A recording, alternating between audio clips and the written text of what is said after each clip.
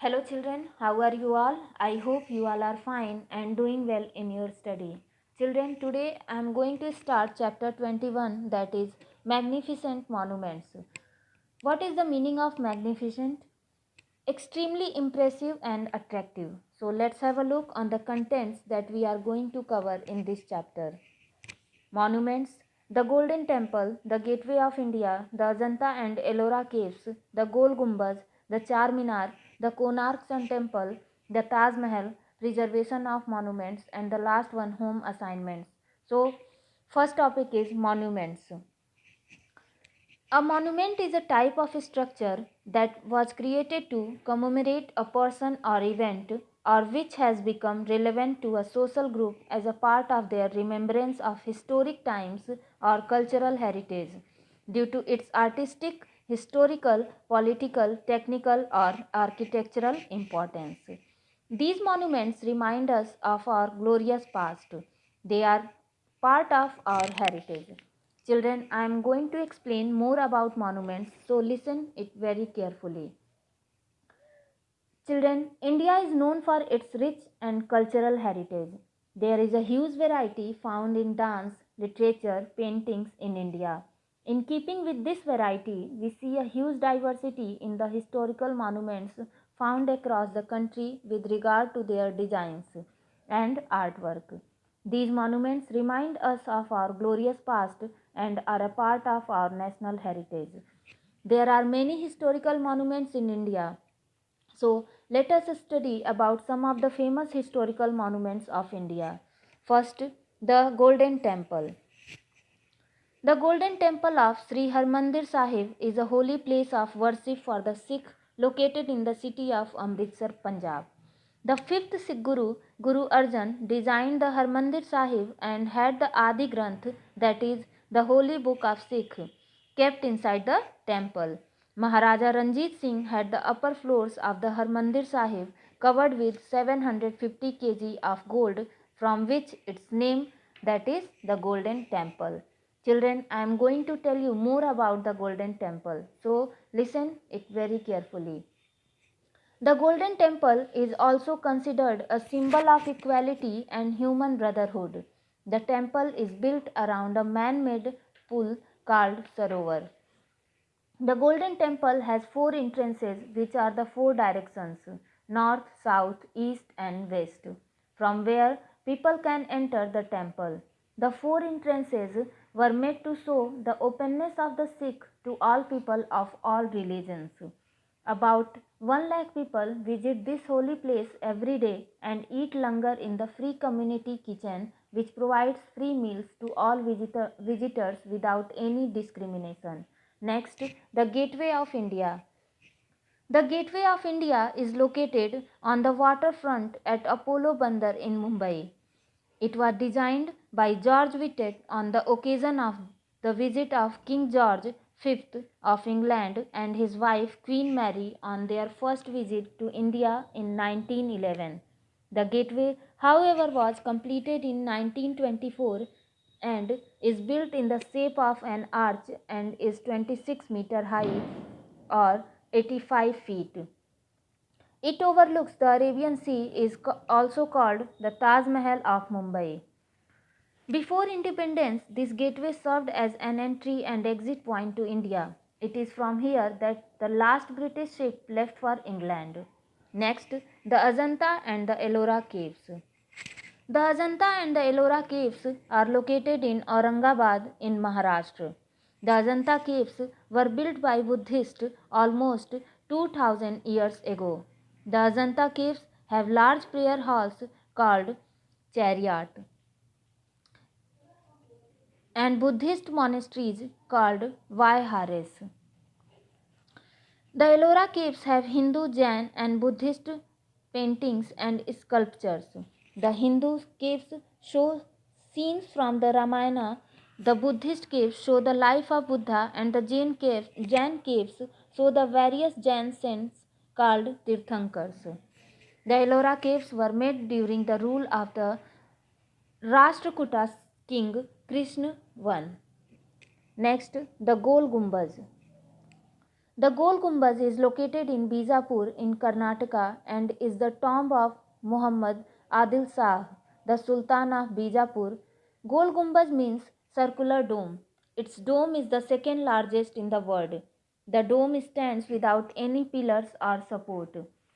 The four towers have stairs leading to the top of the dome. The gallery around the dome provides a magnificent view of the town. Next, the Charminar. The Charminar was built by Sultan Muhammad Quli Qutub Shah in 1591. The Charminar is located in the busy Lad Bazar or Chudi Bazar. It is a very old market popular for bangles that is located in Hyderabad. In the heart of Hyderabad and is a beautiful piece of Indo-Islamic architecture. The name Charminar comes from the four, that is Char in Hindi, minarets or minars that rise to a height of 48.7 meters. The second floor of the monument has a mosque. The Charminar looks spectacular when it is lit up at night. Next, the Konark Sun Temple. The Konark Sun Temple, situated in the eastern part of India, in Odisha, is the famous Konark Sun Temple. The temple, dedicated to the sun god Surya, is built in the shape of a chariot, the vehicle of the sun god. The temple is mounted on 24 beautifully carved wheels, which depict the 24 of a day. The chariot is drawn by 7 horses, which represent the 7 days of the week. The 7 horses also represent the 7 colors of a rainbow, that is the Vibgyor: violet, indigo, blue, green, yellow, orange, or red. Next, the Taj Mahal. The Taj Mahal is located in Agra, Uttar Pradesh. Built by Mughal Emperor Shah Jahan, the Taj Mahal is one of the 7 wonders of the world. Shah Jahan built the Taj in the memory of his beloved wife Mumtaz Mahal. To build this monument, Shah Jahan brought the best architects in the world. The marble in the Taj is inlaid with gems and semi-precious stones used in the floral designs to decorate the walls. Children, I am going to tell you more about the Taj Mahal. The Taj Mahal has beautiful gardens all around it and is surrounded by a red stone wall. The marble in the Taj is inlaid with gems.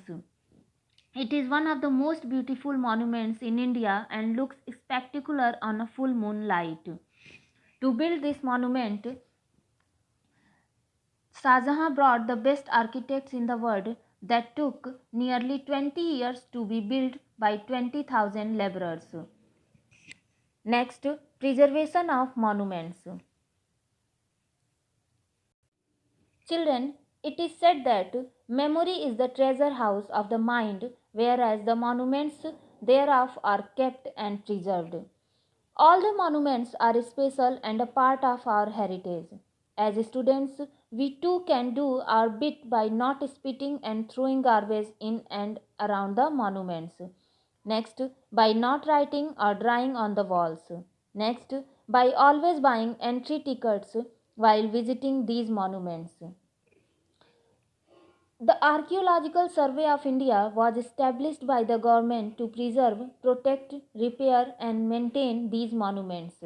Causing damage to them is a punishable offense. Children, preservation of historical buildings and sites involve maintaining the integrity of the place through protection and restoration using both old and new materials. Historical places give glorified pictures of one country. They not only give us idea about the socio-economic state of the country but also give a vivid idea about the religious and political status. Historical places give glorified pictures of one country. Historical places not alone for India but to the world are the pictures of the rule, the culture, the faith of changing times which that particular area underwent with the ages. Historical places are there to show light on our earlier generations, their way of living, their skills, their knowledge, etc. So, I hope you all have understood with this chapter If you have any problem, any doubt, go through the video, go through the book, read your book properly, and watch the video very carefully. And after that, if you have any problem, you can ask your questions. Now it's time for do some homework. So here are some difficult words, and one question is there: monuments, heritage, architecture, chariots, vihares, sculptures, spectacular, chariot, archaeological, punishable. One question is there, just find the answer and write it in your rough copy. Why is it important to preserve and protect our heritage? So, thank you to all children.